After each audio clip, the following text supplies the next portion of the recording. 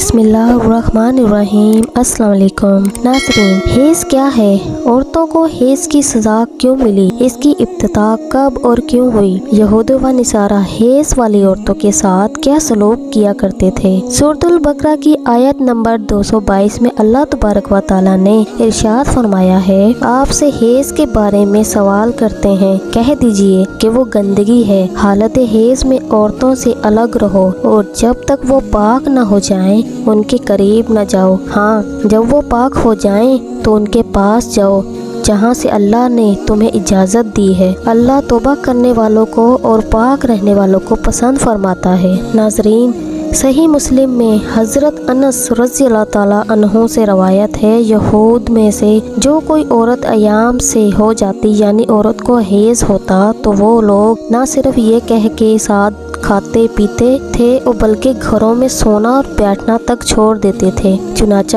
رسول صلی اللہ علیہ وسلم کے صحابہ کرام رضوان اللہ تعالیٰ علیہم اجمعین نے آپ صلی اللہ علیہ وسلم سے اس حوالے سے پوچھا کہ حیضہ عورتوں کے بارے میں یہودیوں کا تو یہ عمل ہے، ہم کیا کریں؟ تب اللہ رب العزت نے یہ آیت نازل فرمائی، یعنی یہ لوگ آپ سے حیض کے بارے میں پوچھتے ہیں۔ رسول اللہ صلی اللہ علیہ وسلم نے فرمایا، تم اپنی عورتوں کے ساتھ جبکہ وہ حیضہ ہوں سوائے صحبت کے جو چاہے کیا کرو۔ جب یہ خبر یہودیوں کو پہنچی تو انہوں نے کہا، یہ آدمی یعنی محمد صلی اللہ علیہ وسلم ہمارے جس دینی امر کی طرف متوجہ ہوتے ہیں اس میں ہماری مخالفت ضرور کرتے ہیں۔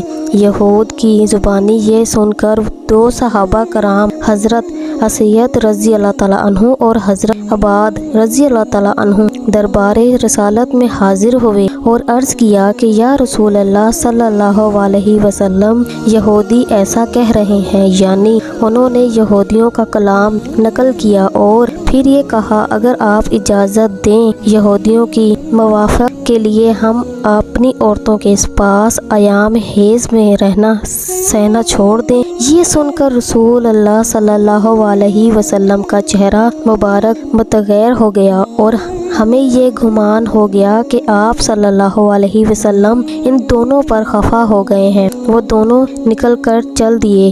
ان کے جاتے ہی رسول اللہ صلی اللہ علیہ وسلم کے پاس کہیں سے تہفتان دودھ آیا۔ اگر آپ صلی اللہ علیہ وسلم نے ان دونوں کو بلایا اور ان دونوں کو دودھ پلایا تاکہ انہیں یہ پتہ چلے کہ رسول کائنات صلی اللہ علیہ وسلم ان سے ناراض نہیں۔ ناظرین، حیض سے مراد وہ ہمواری ہے جو بالغ غیر حاملہ عورت کے رحم سے آئے اور اس کا سبب بیماری نہ ہو۔ اسی خون کے سبب کسی عورت میں بچہ پیدا کرنے کی صلاحیت موجود ہوتی ہے۔ اگر کسی عورت کو حیض یعنی ماہواری نہ آتی ہو تو وہ بچہ پیدا کرنے کی صلاحیت سے محروم ہوتی ہے۔ اس کی ابتدا کے حوالے سے صحیح قول یہ ہے کہ اس کی ابتدا حضرت حوا علیہ السلام عنہا سے ہوئی۔ حضرت حوا نے جب شجر ممینہ کا پھل کھایا اس وقت سے یہ بیماری عورتوں کے ساتھ لگ گئی۔ بعض حضرات اس کی ابتدا اسرائیل سے اور بنی اسرائیل کی عورتوں سے قرار دیتے ہیں،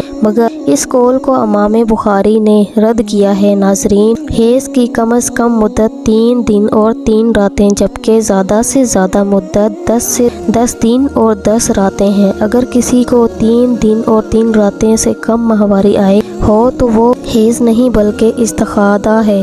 اس طرح اگر بیماری یا کسی اور وجہ سے کسی کو 10 دن اور 10 راتوں سے زیادہ ماہواری ہو تو وہ جو 10 دن سے زائد ہوگا وہ بھی استحاضہ ہے۔ ناظرین، استحاضہ سے مراد عورت کی شرمگاہ سے نکلنے والا وہ خون ہے جو نہ حیض کا خون ہے نہ نفاس کا بلکہ کسی بیماری کی وجہ سے آتا ہے۔ ناظرین، حدیث کی بعض کتابوں میں اس سے مضمون کی روایات بھی موجود ہے جن میں کہا گیا ہے کہ نبی اسرائیل کی عورتوں کو مسجدوں میں جانے اور مردوں کے ساتھ باجماعت نماز ادا کرنے کی اجازت تھی۔ وہاں انہوں نے ایڑیاں اونچی کر کے مردوں کے تاک جھانک شروع کر دی، چنانچہ انہیں مسجد جانے سے روک دیا گیا اور ان پر حیض مسلط کر دیا گیا۔ یہ روایات منصف عبدالرزاق اور منصد